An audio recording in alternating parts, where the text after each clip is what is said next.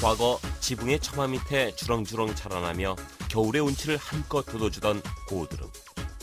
하지만 겨울 낭만의 상징이던 고드름이 도심 속에서는 시민의 안전을 위협하는 흉기가 될 수 있다는 사실을 아십니까? 지난 12월 11일 마포구 성산동 서울 월드컵 경기장. 처마 끝에 고드름이 아슬아슬하게 매달려 있습니다. 출동한 소방대원이 사다리차를 타고 지붕 꼭대기까지 올라가는데요. 좋게 2m는 돼 보이는 거대한 고드름. 소방대원이 꽁꽁한 고드름을 절연봉으로 힘껏 내리칩니다. 대원들이 손도끼질을 할 때마다 여기저기 얼음 파편이 튑니다. 계속되는 도끼질에 거대한 얼음들이 바닥으로 떨어집니다. 월드컵 경기장을 도착해보니까 경기장 지붕에 고드름이 많이 이렇게 있었습니다. 그게 이제 날씨가 따뜻해지면서 녹으면 그게 낙하 위험했는데 떨어지는 그 자리가 사람들이 인도라 위험성이 있었습니다. 그래서 3군데 고드름 제거 작업을 실시했습니다.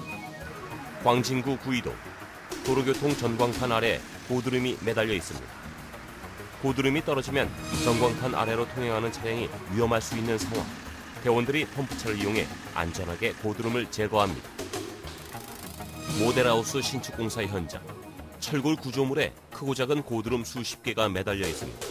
대원들은 굴절차에 올라 고드름 가까이에 다가갑니다. 절연봉을 이용해 고드름을 힘껏 내려치는데요. 고드름이 힘없이 바닥으로 떨어집니다. 지하 주차장 벽면에도 고드름이 가득한데요. 이번에는 전동 드릴을 이용해 고드름을 제거합니다. 잠시 후 거대한 고드름이 한순간 산산조각이 납니다. 고드름 제거 작업은 능숙한 대원들에게도 쉽지 않은 위험한 작업인데요.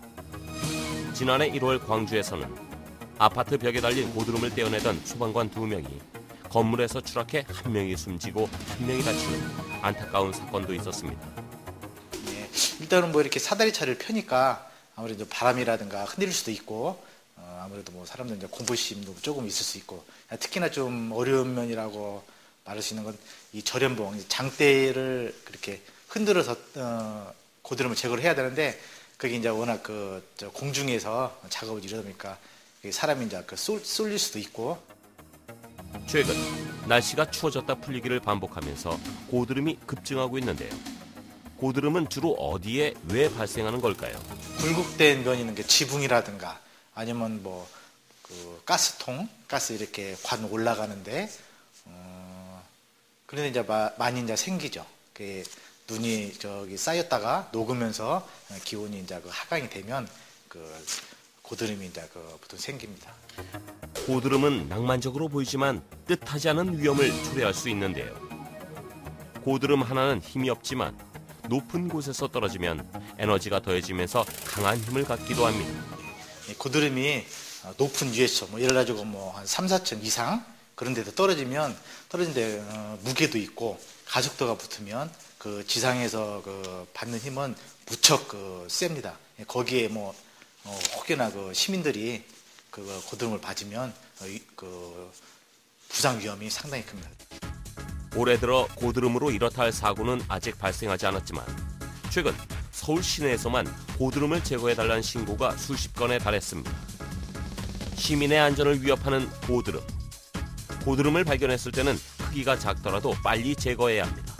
또 건물 외벽 배수관에 균열이 생겼는지 꼼꼼히 살펴 고드름이 생기는 것을 조기에 차단하는 것도 중요합니다. 고드름이 커지기 전에 사전에 이제 제거하는 경우, 특히나 이제 추울 때는 계속 유지되면서 그게 이제 낙하염이 이제 덜한데 갑자기 이제 기온이 추웠다가 따뜻해지면 고드름이 이제 녹으면서 떨어질 수 있게 저희 가족들 안전과 또 그다음에 지나가는 행인들 위해서도 사전에 위험성이 있으면 미리 제거하는 게 좋겠습니다. 높은 위치에 고드름이 있거나 위험한 지역에 고드름이 위치했을 때는 인력에 요청을 하셔서 작업을 하는 것이 안전합니다. 한 번쯤 만져보고 싶은 겨울의 낭만 고드름. 하지만 도심 속에서는 생명을 위협할 수 있는 날카로운 흉기가 될 수 있다는 사실 꼭 기억하시길 바랍니다.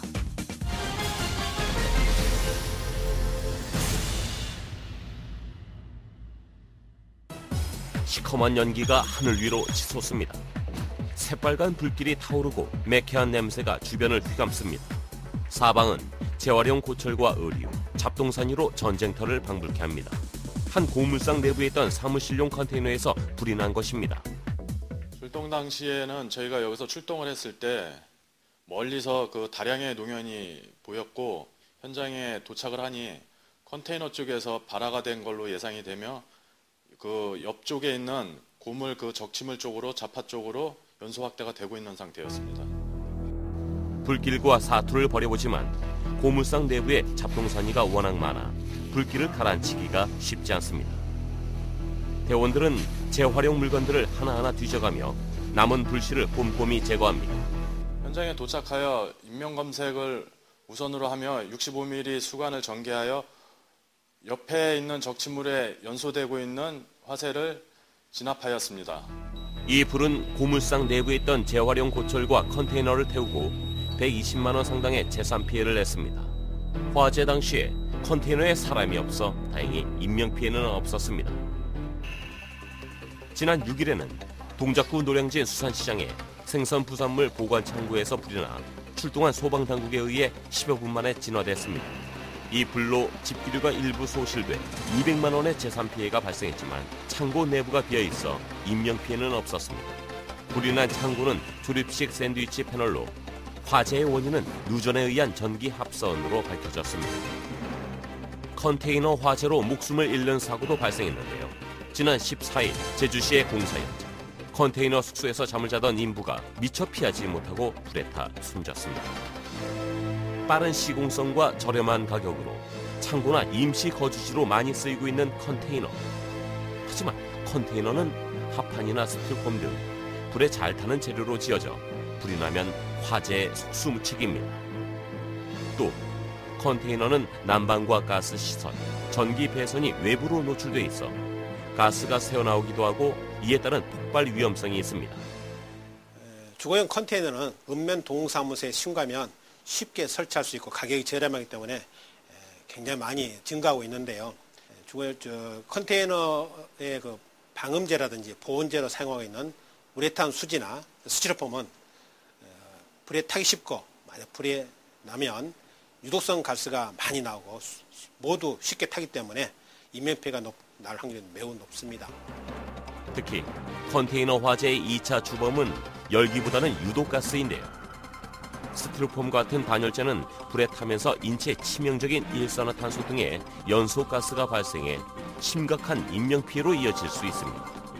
불에 타기 쉬운 인화성 물질을 최대한 사용을 자제해 주시고 최소한 소화기 한 대를 비치하는 등 화재 예방 수칙을 철저히 지켜서 따뜻하고 안전한 겨울을 나셨으면 좋겠습니다. 늘 화재와 가스 누출의 위험이 도사리는 컨테이너 건물. 경제성보다 더 중요한 것은 안전이라는 사실 잊지 말아야겠습니다.